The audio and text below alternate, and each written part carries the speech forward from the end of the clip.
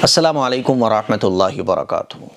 آج جو باتیں میں اپنے نوجوان لڑکے اور لڑکیوں سے، اپنے بہن اور بھائیوں سے کرنے جا رہا ہوں، ان باتوں کو ذرا آپ دھیان سے سنیے گا اور سمجھنے کی کوشش کیجیے گا۔ دیکھیے، ہمارے اندر جو بھی خواہش پیدا ہوتی ہے، اس خواہش کو پورا کرنے کے لیے ہمارے پاس دو راستے ہوتے ہیں۔ ایک راستہ جائز راستہ، حلال راستہ، صحیح راستہ۔ دوسرا غلط راستہ، ناجائز راستہ، حرام راستہ۔ اگر ہم اپنی خواہش کو جائز راستے پر جا کر پورا کرتے ہیں، حلال طریقے سے اپنی خواہش کو پورا کرتے ہیں، تو دنیا میں بھی سکون ملے گا، آخرت میں بھی سکون ملے گا، مرنے کے بعد قبر میں بھی سکون ملے گا۔ اور اگر ہم اپنی خواہش کو ناجائز حرام راستے پر جا کر پورا کرتے ہیں تو پھر دنیا میں بھی بربادی، آخرت میں بھی بربادی اور قبر میں بھی آگ ہی آگ ملے گی۔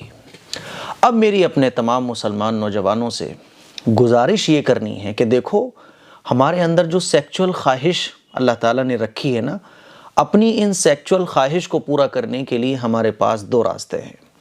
ایک نکاح والا راستہ جو کہ صحیح ہے، حلال ہے، جائز ہے، اور ایک راستہ ہے حرام راستہ، ناجائز راستہ۔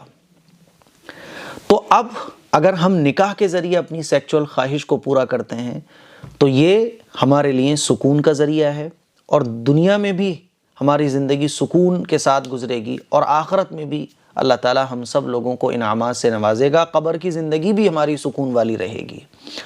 اور اگر ناجائز راستے پر جا کر ہم اپنی ان خواہش کو پورا کریں گے، اور ناجائز راستے کون کون سے ہیں؟ یہ جو فروری میں جو پورا ویک ہوتا ہے کہ روز ڈے اور ہگ ڈے، پرپوز ڈے، کس ڈے، اور نہ جانے کون کون سے ڈے، یہ جتنے بھی ڈیز ہیں نا، یہ سب ناجائز طریقے ہیں اپنی خواہش کو پورا کرنے کے۔ اور ان ناجائز طریقوں پر جو ٹیگ لگا دیا گیا ہے نا، وہ بڑا خوبصورت لگا دیا گیا ہے، لبھانے والا ٹیگ لگا دیا گیا ہے نا، ہگ ڈے، اور نہ جانے کون کون سے ڈے ہیں۔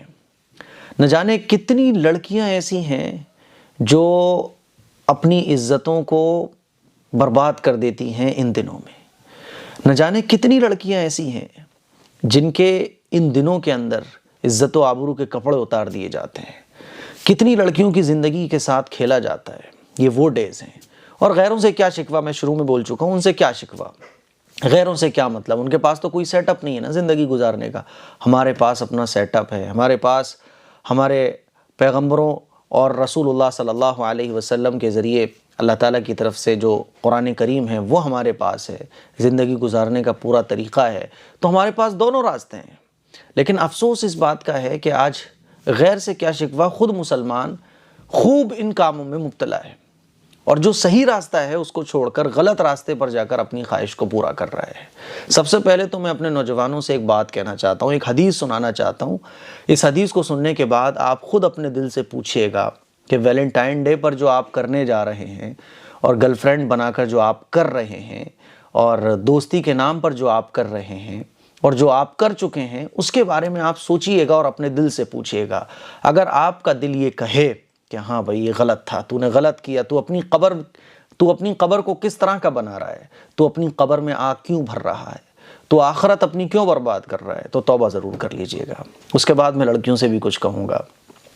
رسول اللہ صلی اللہ علیہ وسلم کے پاس ایک نوجوان آیا، اور رسول اللہ صلی اللہ علیہ وسلم صحابہ کے درمیان تشریف فرما تھے۔ اس نوجوان نے آ کر کہا، یا رسول اللہ، میں زنا کرنا چاہتا ہوں، مجھے آپ زنا کرنے کی اجازت دے دیجئے۔ تو رسول اللہ صلی اللہ علیہ وسلم نے اس کو اپنے پاس بلایا اور اس سے کہا، شادی ہو گئی ہے؟ اس نے کہا کہ جی نہیں، شادی تو نہیں ہوئی۔ تو حضور نے کہا، اچھا کہ شادی نہیں ہوئی، تو اگر تمہاری شادی ہو اور تمہاری بیوی ہو، تو اگر کوئی تمہاری بیوی سے یہ کام کرنا چاہے تو کیا تم پسند کرو گے؟ تو کہنے لگا، نہیں، بالکل نہیں پسند کروں گا۔ تو حضور نے کہا، اچھا یہ بتاؤ کہ اگر تمہاری کوئی بہن ہو، بہن ہے کہ ہاں ہے، کہ اگر تمہاری بہن کے ساتھ کوئی یہ کام کرنا چاہے تو کیا تم برداشت کرو گے؟ وہ کہنے لگا، یا رسول اللہ، میں اس کی جان لے لوں گا۔ تو حضور نے کہا کہ اچھا تمہاری ماں کے ساتھ کوئی یہ کام کرنا چاہے تو تم گوارہ کرو گے؟ کہنے لگا، نہیں یا رسول اللہ، میں اس کی جان لے لوں گا۔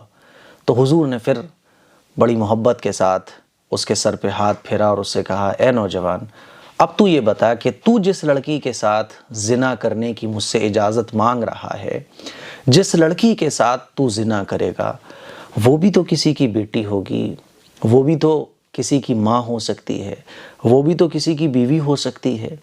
تو جب تو خود کی بیوی کے ساتھ یہ چیز پسند نہیں کر رہا، تو اپنی بہن کے ساتھ یہ چیز پسند نہیں کر رہا، اپنی ماں کے ساتھ تو اس چیز کو پسند نہیں کر سکتا، تو پھر دوسرے کی بہن، بیٹی، بہو، ماں کے ساتھ یہ چیز کیوں پسند کر رہا ہے؟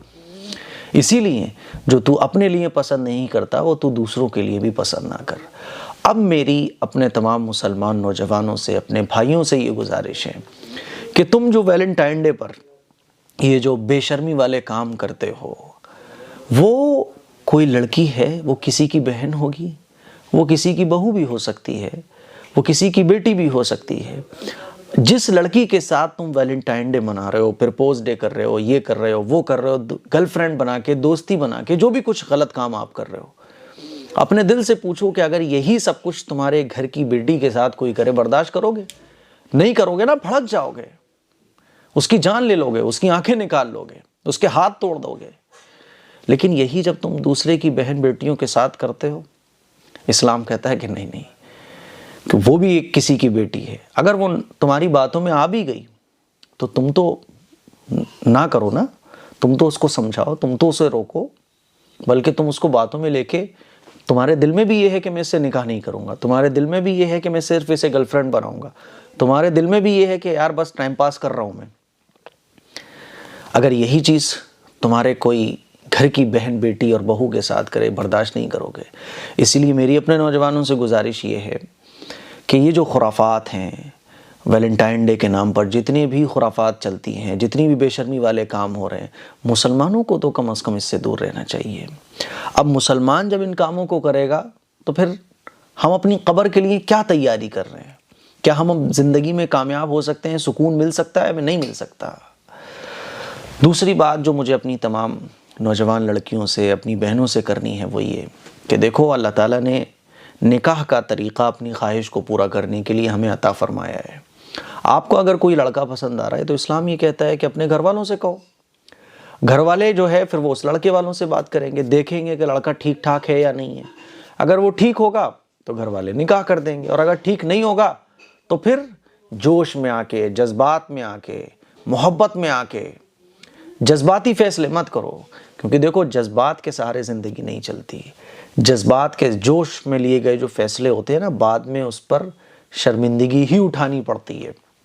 کتنے سارے ایسے کیسز ہیں اس وقت کہ لڑکی محبت میں آ کے لڑکے کے ساتھ چلی گئی، پھر کیا ہوا کہ چونکہ چھپ کر سارے کام ہوئے، پریگننٹ ہو گئی، سب کچھ ہو گیا، اب کیا ہوا، لڑکا چھوڑ کے بھاگ گیا، لڑکی بیچ سڑک پہ پڑی ہوئی، اب کوئی اس کا پوچھنے والا نہیں ہے، کیونکہ وہ سب کو چھوڑ کے تو آ گئی نا، اور جس کے لیے وہ سب کو چھوڑ کے آئی وہ بھی بھاگ گیا، کیونکہ جوش میں آ کے فیصلہ لیا، جذبات میں آ کے فیصلہ لیا۔ جب ذمہ داریاں پڑیں، جب بوجھ پڑا تو پھر لڑکا بھاگ گیا۔ اسی لیے میری گزارش اپنی بہنوں سے یہ ہے، لڑکیوں سے یہ ہے کہ خدا کے واسطے ان کاموں میں مت پڑو، ان کاموں میں کچھ نہیں رکھا۔ ویسٹرن کلچر کے جتنے بھی کام ہیں، ویسٹرن کلچر جو ہے نا بری طریقے سے زندگی کو نیست و نابود کر رہا ہے، ہماری زندگیوں کو سکون ختم کر رہا ہے۔ اگر آپ دیکھیں تو پھانسی لگانے کا، سوسائڈ کرنے کا جو ریشو ہے وہ سب سے زیادہ ویسٹرن میں ہے۔ جب ان کے طریقے ہماری زندگی میں آئیں گے تو ہماری زندگی کا سکون ختم ہوگا، اور جب سکون ختم ہوتا ہے نا تو پھر آدمی سوسائڈ وغیرہ کرتا ہے۔ اگر پرسکون زندگی گزارنا چاہتے ہو، پرسکون زندگی گزارنا چاہتے ہو، تو پھر جو دو راستوں میں سے صحیح راستہ ہے اس پر چل کر اپنی ڈیزائر، اپنی خواہش کو پورا کرو۔ جو بھی چیزیں چل رہی ہیں یہ فروری میں جو چلتی ہیں، ان چیزوں سے بچنے کی کوشش کریں۔ آپ نے کوئی پلان بنا رکھا ہے، کینسل کر دو، کیونکہ دل جو چاہ رہا ہے، ضروری نہیں ہے کہ دل جو چاہے تو اس کے مطابق آپ کام کرو۔ دل تو بہت کچھ چاہتا ہے، بلکہ دل جو چاہ رہا ہے اس چاہت کو صحیح راستے پر جا کر کمپلیٹ کرو آپ۔ اسلام ہمیں یہ سکھاتا ہے۔ رسول اللہ صلی اللہ علیہ وسلم کی ایک حدیث بھی مجھے اس وقت یاد آ رہی ہے۔ حضور نے ارشاد فرمایا کہ ایک زمانہ وہ آئے گا کہ مسلمان یہود و نصارہ کی پیروی کریں گے، یعنی انگریزوں کی پیروی کریں گے، غیر مسلموں کی پیروی کریں گے، اور یہود و نصارہ کی اتباع اتنی کریں گے کہ وہ اگر گوہ کے بل میں بھی گھسنے کی کوشش کرے گا تو مسلمان بھی گوہ کے بل میں گھسنے کی کوشش کرے گا۔ گوہ کا بل حالانکہ انسان کے رہنے کی جگہ نہیں ہے، لیکن حضور نے مثال دے کے سمجھایا کہ گرے سے گرا پڑا کام بھی مسلمان ان کی اتباع میں کر لے گا کہ یار اس میں کوئی مزیدار چیز ہوگی۔ آج یہی تو ہو رہا ہے، ہم مسلمان ہو کر بھی غیر مسلموں کی اتنی اتباع کر رہے ہیں، اتنی اتباع کر رہے ہیں، کیا صحیح کیا غلط، وہ اگر گو بھی کھا رہا ہے نا تو اس کو بھی ہم کھانے کو تیار ہیں، وہ اگر ننگا ہو رہا ہے تو ہم بھی ننگا ہونے کو تیار ہیں۔ ہر وہ کام جو وہ کر رہے ہیں ان کی اتباع میں ہم کر رہے ہیں، اس سے ہمیں بچنے کی بڑی ضرورت ہے۔